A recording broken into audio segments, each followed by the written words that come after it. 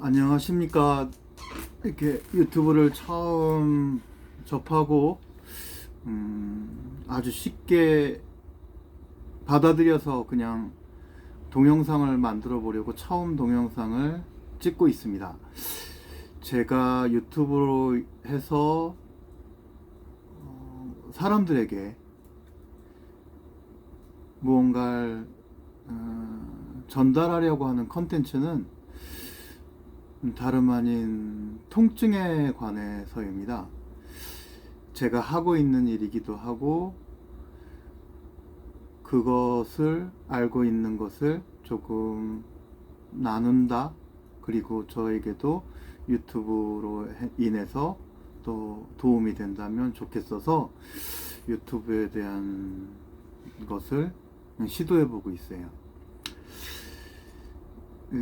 많은 사람들이 통증으로 인해서 이렇게 고통을 받는데, 오늘은 무릎 통증에 대해서 이렇게 이야기를 나눠보고자 해요.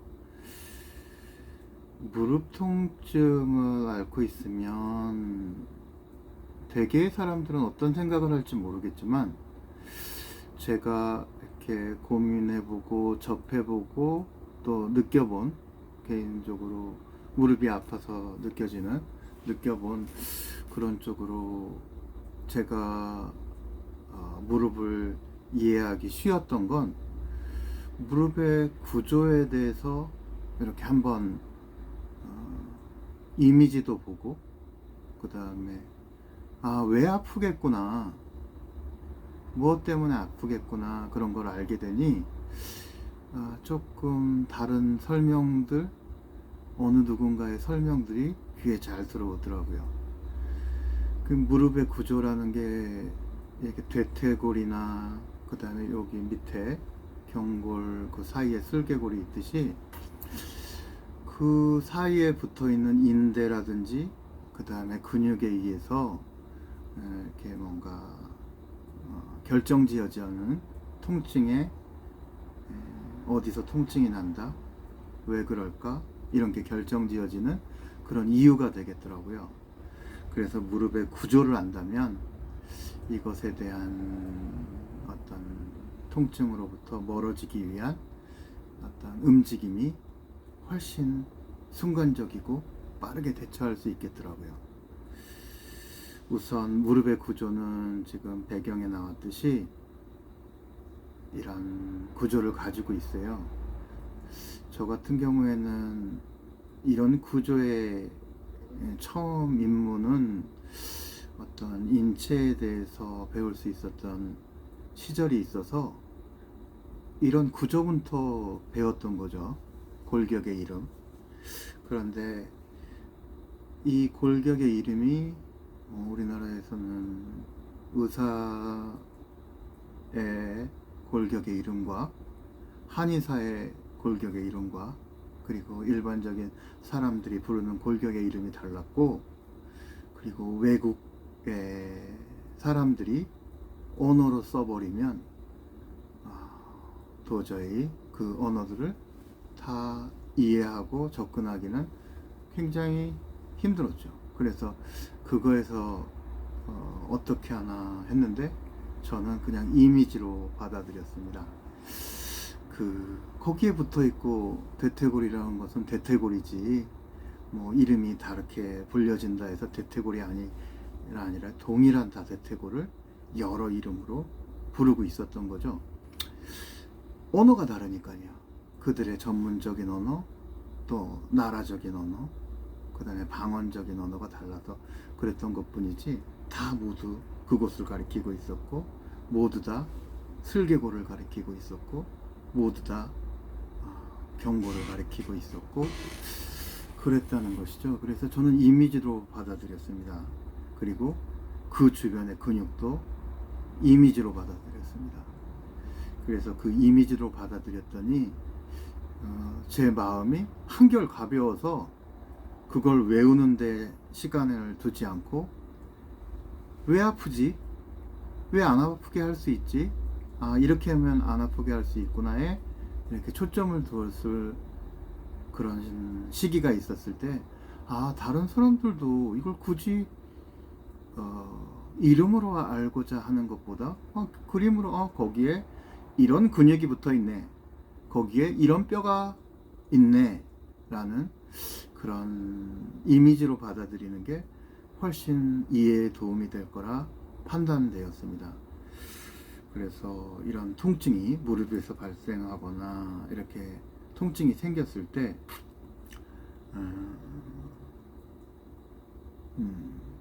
말했듯이 구조, 무릎의 구조, 뼈 구조, 그 다음에 인대 구조, 그 다음에 뼈의 구조, 그 다음에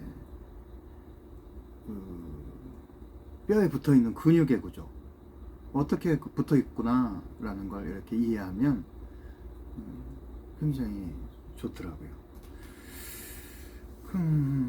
통증이 생겼어요, 무릎에 어딘가에.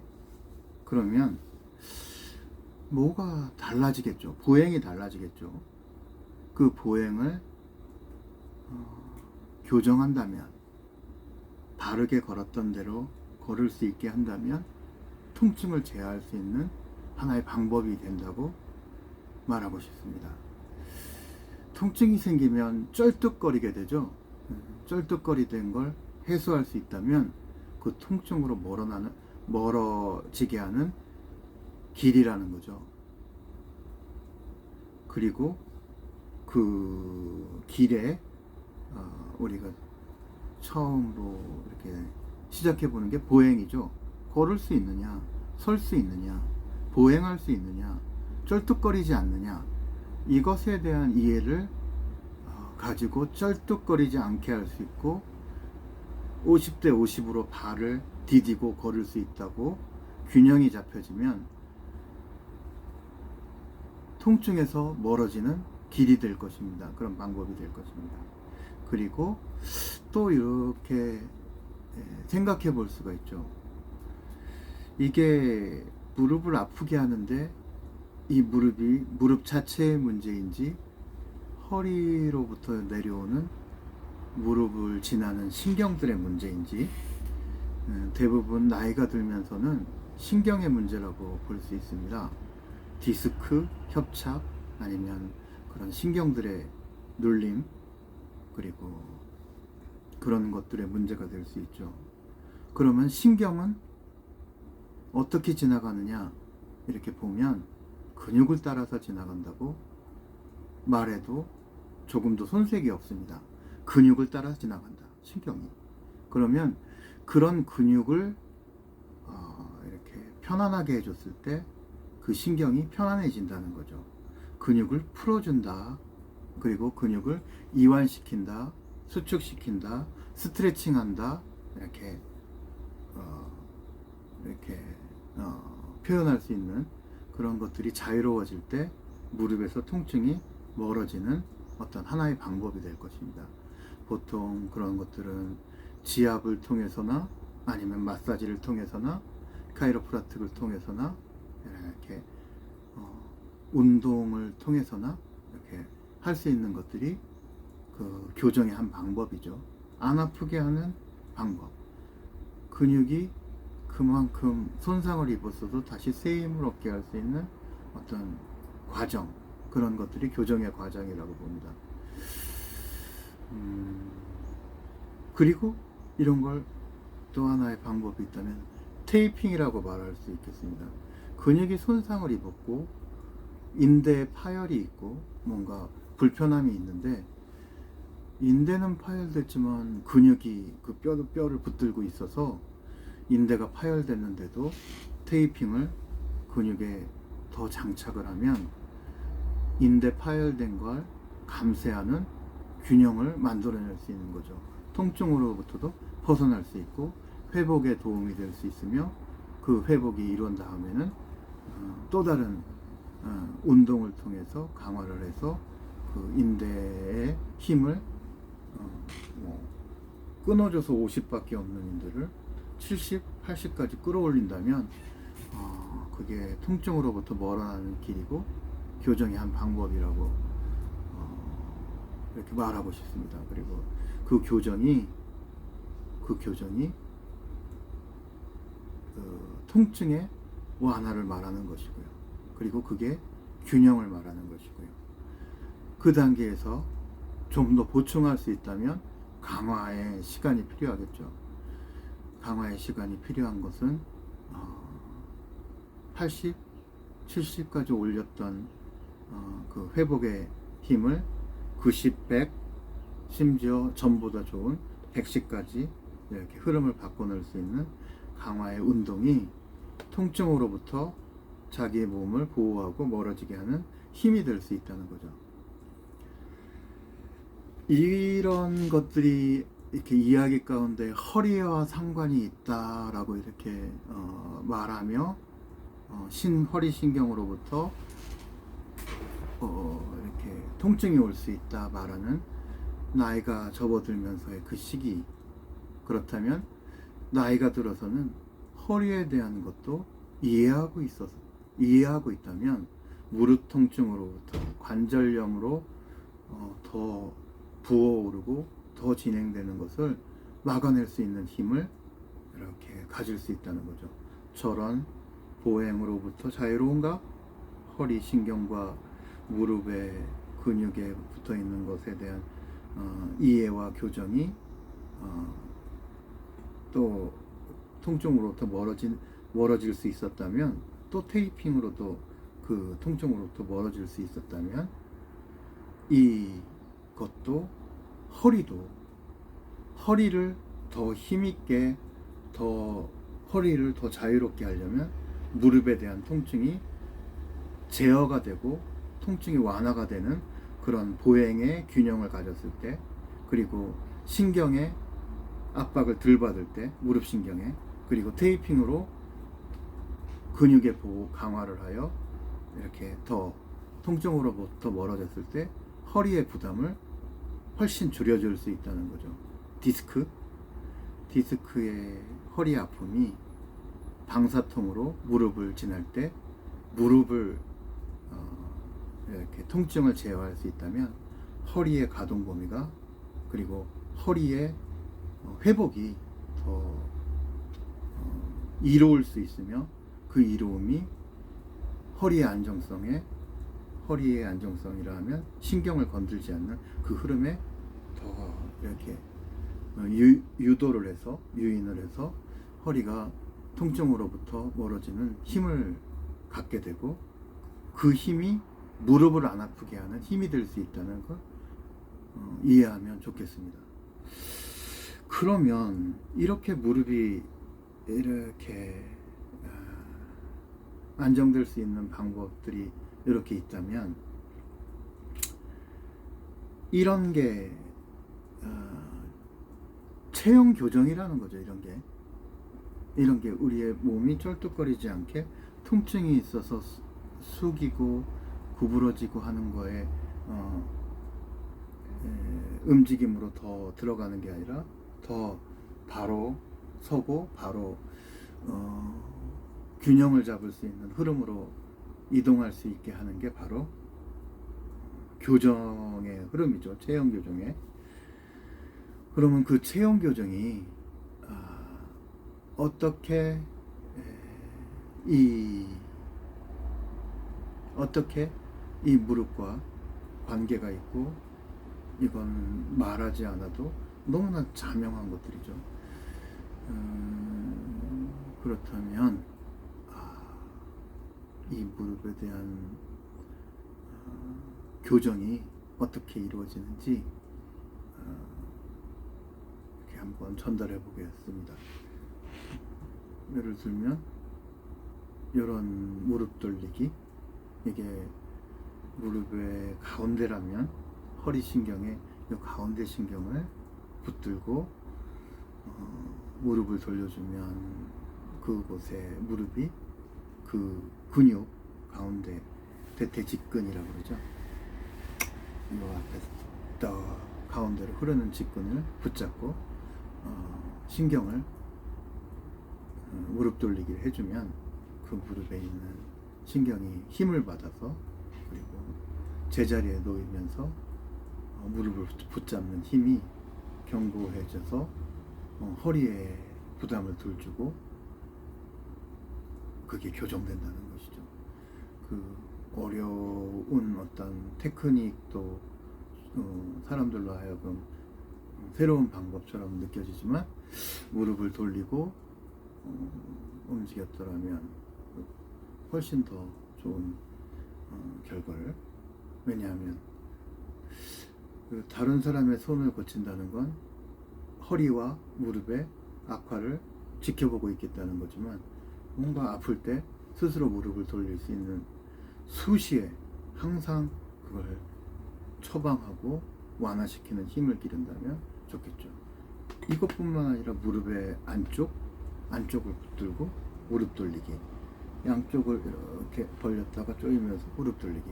안 되면 한쪽은 가만히 있고 다른 쪽을 무릎 안쪽에 있는 내전근이, 이게 내전근이라면 이렇게 허벅지 안쪽살인데 그 안쪽살이 아니라 무릎의 도톰한 부분, 그런 부분을 꾹 붙잡고 이렇게 돌려주시면 거기에 지나가는 신경이 풀어지고, 바깥쪽에 또 외측에 있는 무릎 근육을 돌려줘서 또 힘을 받게 해주고, 그리고 뒤에 있는 햄스트링을 지나는 신경들, 두 손으로 이렇게 한쪽은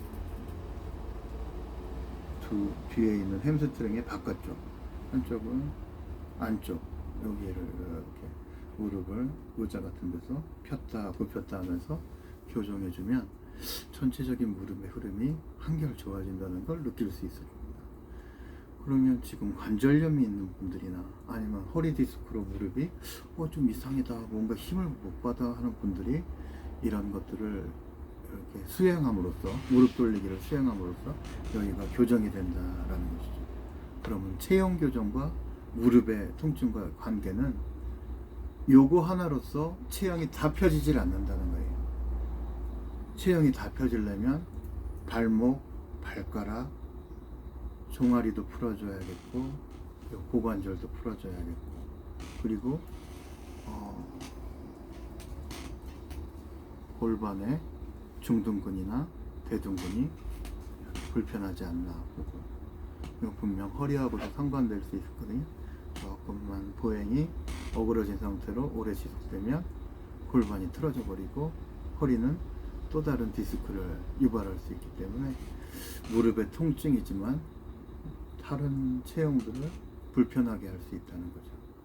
그러면 그런 것들이 찾아오는 지금의 우리의 노화는 계속될 것이고, 누구에게나 올 것이고, 어떤 누구에게는 좀 더 아프게 느껴지고, 어떤 누구에게는 견딜만한 뻐근함 정도로 지나갈 수 있겠죠. 하지만 모든 사람들이 아프거나 뻐근함으로 넘어가거나 하더라도 이렇게 신경을 둬야 할 건, 우리가 이 인체에 있어서 한쪽이 뻐근하면 다른 쪽에 영향을 준다는 거죠. 상체에. 그러면 심장이나 폐도, 다른 기관들도 압박을 줄 수 있으니 아까 발목, 무릎, 고관절, 그리고 골반 이렇게 균형뿐만 아니라 허리에 대한, 좌우에 대한 흐름도 깨져 있을 수가 있다는 거예요. 무릎이 잘못됐다면, 내가 무릎이 아프다면, 내가 발목이 아프다면 모두가 깨져 있을 수가 있으니 이거를 매일매일 수시로 이렇게 가동성이라 그러죠. 좌로 회전해보고 우로 회전해보고, 무릎도 마찬가지고 올려보고 내려보고, 발목도 돌려보고, 안쪽으로 밀어보고 바깥쪽으로 밀어보고, 또 앞쪽으로 밀어보고 뒤쪽으로 밀어보듯이 각 관절의 가동 범위처럼 허리나 흉부나 또 이렇게 목의 가동 범위도 이렇게 살피면서 전체를 매일매일 매 순간순간마다 불편함 없게 만들어주는 그런 흐름이 바로 체형 교정이에요. 그 체형 교정이 수시로 이루어질 때 불편함이 조금씩 멀어지거나 아니면 더 치고 들어오는 걸 방어할 수만 있더라도 내 체형의 변화가 진행으로 인해서 더 통증이 심화되는 걸 방어할 수 있다는 걸 이렇게 알게 됐습니다. 알게 돼서